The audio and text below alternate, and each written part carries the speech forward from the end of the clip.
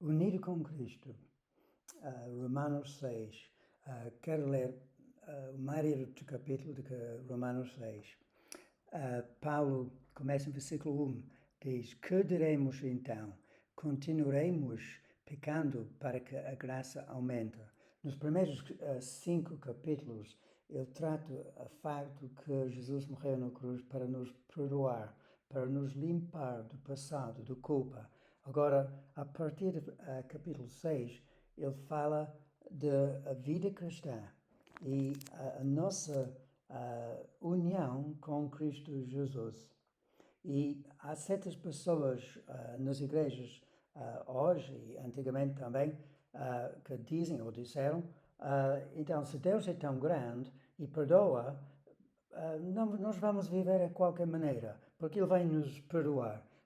Como Paulo diz aqui, para a graça aumenta. Quanto mais pecamos, mais graça há em termos de perdão. Mas em versículo 2, Paulo diz: de maneira nenhuma vamos continuar em pecado, numa vida de pecado. Isto não, ele não está a dizer uma vida perfeita que nunca falha, mas uma vida normal de não pecar. E é uma patamar muito alto para muitos. Então vamos continuar, porque Paulo diz é impensável conhecer Cristo e viver com um pé do mundo, um pé com pecado. É contraditório, é incompatível viver como os descrentes vivem o tipo de vida de derrota, com pecado, com mentiras, com raiva, com desonestidade com dinheiro, palavrões, usar o nome de Cristo em vão. Estas coisas são incompatíveis com a vida de Cristo, como crente. Isto não quer dizer que nós não vamos falhar de vez em quando, mas a vida normal, aqui representado em Romanos 6, é da vitória. Porque diz em versículo 2, continuando, nós, os que morremos para o pecado, como podemos continuar vivendo nele? Ele introduz o facto que já fomos mortos, já estamos mortos em Cristo Jesus. E se um crente não conhece isto, não sabe isto, vai ser muito difícil vencer pecado. Já morremos para pecado, de acordo com Paulo aqui. E versículo 3, ele diz: ou vocês não sabem que todos nós que fomos batizados em Cristo Jesus, fomos batizados em sua morte. Agora ele introduz o assunto de batismo. O batismo em água, quando nós decidimos seguir Cristo 100%, é um funeral de tudo, tudo velho, todo o nosso velho homem, toda a nossa maneira de viver e pensar. Já não podemos viver de acordo com os impulsos da carnalidade, do pecado. Já não podemos viver com os pensamentos do mundo. Então, ele está a falar de uma corte radical de nossas vidas do passado. E esta é representado por batismo, uma morte mesmo de nós próprios. Já não podemos viver por nós próprios. Um crente é um escravo de Cristo. Um crente é um discípulo de Cristo. Um crente já não vive para cumprir a sua própria vontade. Um crente é diferente, vive para agradar a Jesus. Se der uma outra definição de Cristo, está errado, porque isto é a definição bíblica. Então, é morte, é mesmo morte para poder viver bem com Cristo. Então, o batismo é um símbolo, mas para se tornar verdadeiro, real, é preciso o batismo pelo Espírito Santo, que Paulo fala em 1 Coríntios 12, versículo 3, sobre o poder do Espírito Santo, a ação do Espírito Santo, o papel do Espírito Santo para nos unir com Cristo para que isto pudesse ser verdadeiro. Então, versículo 13 do capítulo 12 diz, ora, assim como o corpo é uma unidade, como também tem muitos membros, desculpa, estou a ler 12, versículo 13, pois em um só corpo todos nós fomos batizados, aqui não diz em água, mas diz em um único Espírito, quer judeus, quer gregos, quer escravos, quer livres. Quem não conhece o Espírito Santo, quem não experimenta um batismo do poder, não pode viver uma vida santa. É impossível sem o poder do Espírito Santo em nossas vidas. Não tem nada a ver com manifestações do barulho, do show, do espetáculo, mesmo até danças e outras coisas desnecessárias.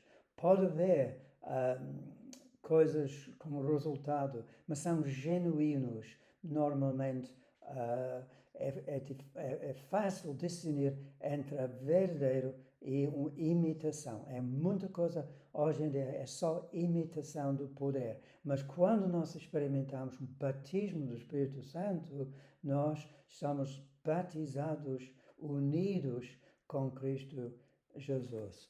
É este batismo que Paulo fala, o poder do Espírito Santo, em Romanos 8. Em Romanos 6, ele está a falar de morte, batismo em Cristo Jesus. E andando mais, continuando, ele diz assim, versículo 4, portanto, fomos sepultados com ele,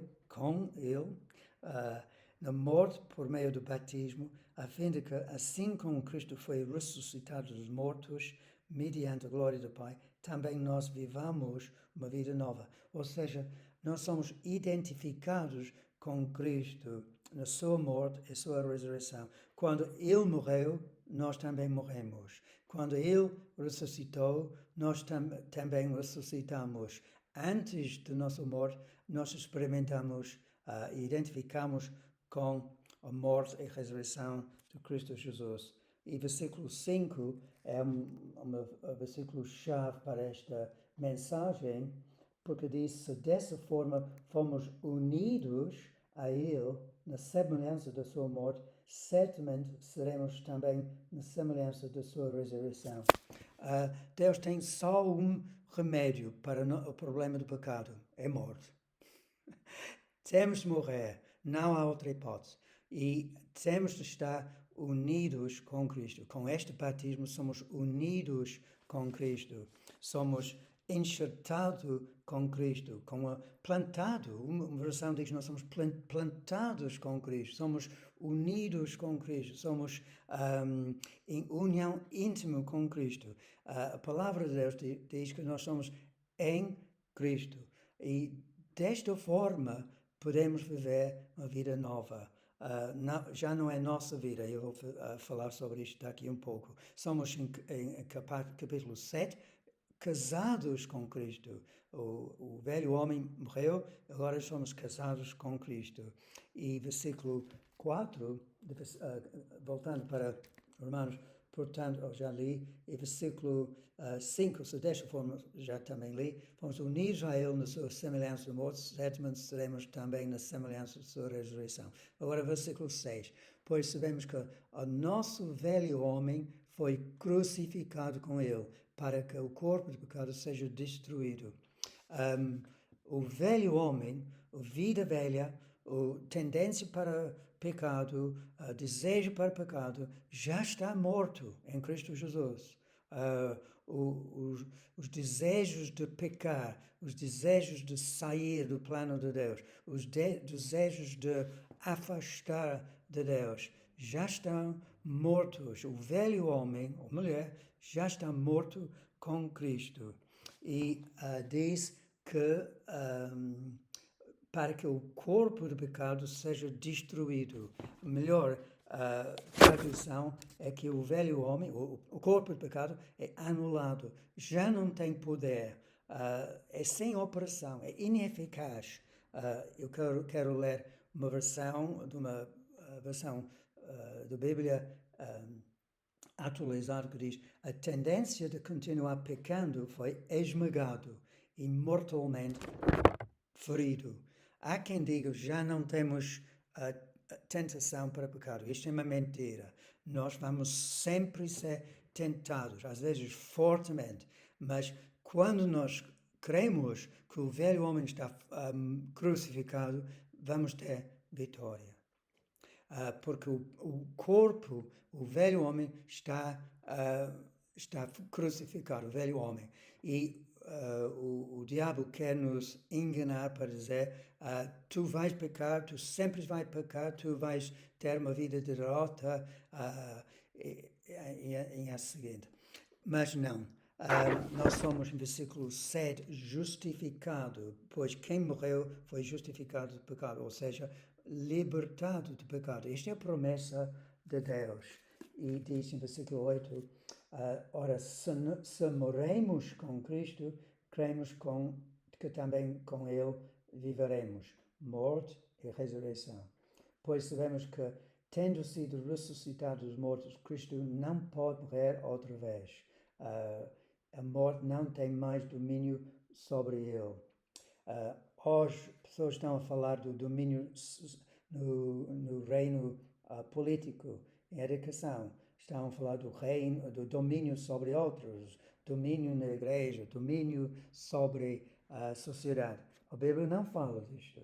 A Bíblia diz que nós somos domínio sobre pecado, domínio sobre a carne, a energia, o intelectualismo, a capacidade de organizar, a capacidade de formular programas, já está morto. Não vale a pena ir para este meio de expertise e esforço. Não.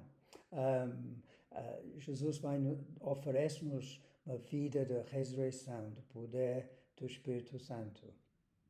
Versículo 10. Porque morrendo, ele morreu para pecado, uma vez por todos, mas vivendo, vive para Deus. Agora, Paulo tem 4 instruções, 4 coisas que nós devemos fazer.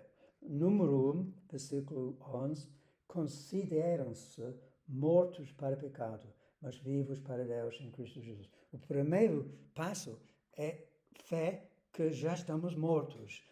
Muita gente está a tentar ser mortos por flagelar o corpo ou fazer jejuns ou outras atividades para abafar o velho homem e para negar o velho homem. Mas não, a Bíblia diz, acredita que o velho homem já está morto. Contem com este facto, acreditem, levem em conta que o velho homem está morto.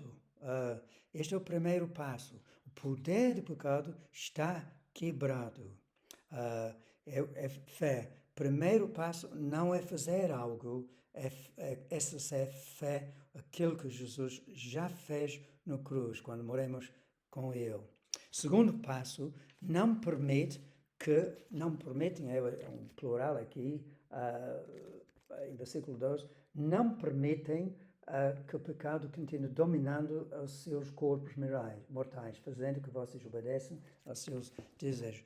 Todos os dias temos uma escolha, todos os minutos, uma escolha para dizer não ao pecado, para não deixar o pecado reinar em nós, para recusar mentiras, recusar desonestidade com o dinheiro, com os nossos impostos e segurança social, e para dizer não a nós próprios, a nossa vontade, que quer dominar sobre os outros. Nada disto para um crente. Um crente é um servo da sua esposa, um servo na fábrica, um servo na igreja, que quer servir aos outros. Não permitem, não reina, não deixa reinar pecado. O pecado tem desejos e são importantes, ou são óbvios em nossas vidas. Inicialmente somos tentados a pensar de uma maneira, mas logo ao considerar, por exemplo, inveja ou outras coisas, raivas, nós dizemos, não, isto não é a vida cristã, não é uma forma de atuar.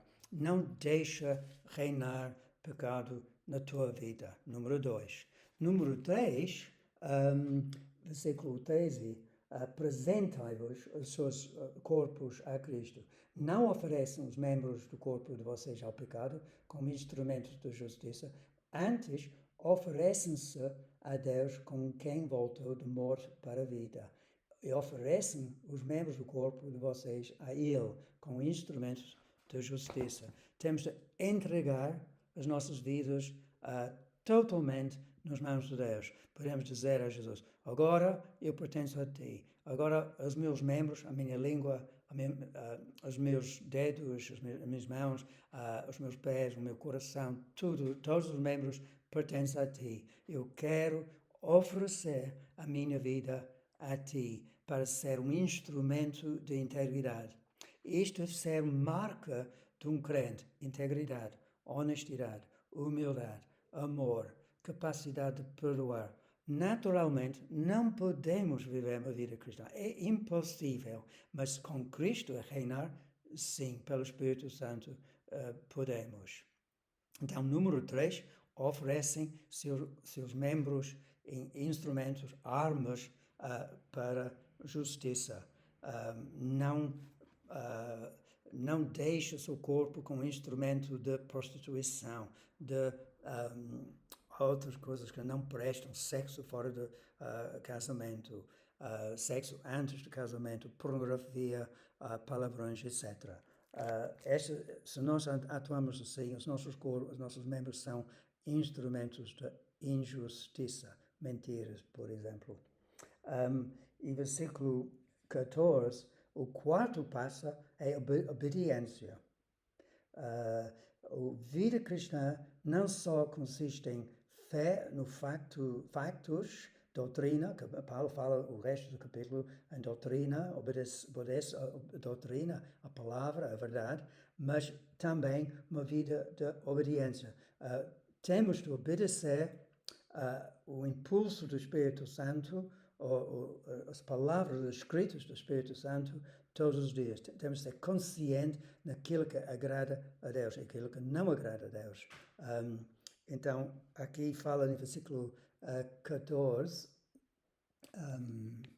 pois o pecado não os dominará, porque vocês não estão debaixo da lei, mas debaixo da graça. É uma promessa, uma provisão de Deus, de graça. Então, vamos pecar porque não estamos debaixo da lei, mas debaixo da graça? De maneira nenhuma. Versículo 15 a 16. Não sabem que quando vocês se oferecem a alguém para lhe obedecer como escravos, tornam-se escravos daquele a quem obedecem. Escravos do pecado que leva à morte e da obediência que leva à justiça. Mas, graças a Deus, porque embora vocês tenham sido escravos do pecado, passaram a obedecer do coração a forma do ensino. Não é obedecer, no primeiro lugar, mandamentos, não faz isto, não faz aquilo. Mas, primeiro, a forma, a doutrina que lhes foi transmitido. Vocês foram libertados do pecado e tornam-se escravos de justiça. E versículo 18, 19, fala isso em termos humanos por causa das suas limitações humanas. Assim como vocês oferecem os membros do seu corpo em escravidão à impureza e maldade, que leva à maldade, oferecem-nos agora em escravidão à justiça. Nós somos escravos à justiça, que leva à santidade. Quando vocês eram escravos do pecado, estavam livres de justiça. Que fruto colheram, então, das coisas das quais agora vocês envergonham? Uma motivação muito grande para não pecar é o resultado do pecado em nossas vidas. Nós sentimos maus, sentimos que entristecidos. Realmente, nós entristecemos do Espírito Santo. Ele fica triste quando nós pecamos. É muito mais frutífero e nós ficamos mais felizes quando agradamos a Deus. Quando nós fazemos asneiras, nós sentimos separados de Deus. E versículo 23 vai falar disto. Pois o salário do pecado é a morte, mas o dom gratuito de Deus é a vida eterna em Cristo Jesus, nosso Senhor. O salário, o resultado do pecado é um sentimento de separação entre nós e Deus. Sentimos culpados, separados. Então, o fruto da obediência é felicidade e uma comunhão íntima com Deus. Então, resumindo, o velho homem está morto, somos batizados em Cristo, unidos com ramos, são unidos à videira e recebe todo o poder, toda a energia, toda a vida da videira. Nós somos unidos, casados com Cristo, unidos um com Cristo, em Cristo, e para podermos dar fruto. E o pecado não vai dominar sobre você. Isto é uma promessa. Se você recebe a graça, o domínio do pecado vai ser totalmente quebrado. Mas cabe a você fazer as 4 coisas. Crer, número 1. 2, não permite que reine o pecado. 3, apresente o seu corpo a Cristo. E 4, obedece aos impulsos do Espírito Santo e da Bíblia. Que Deus abençoe a sua vida. Amém.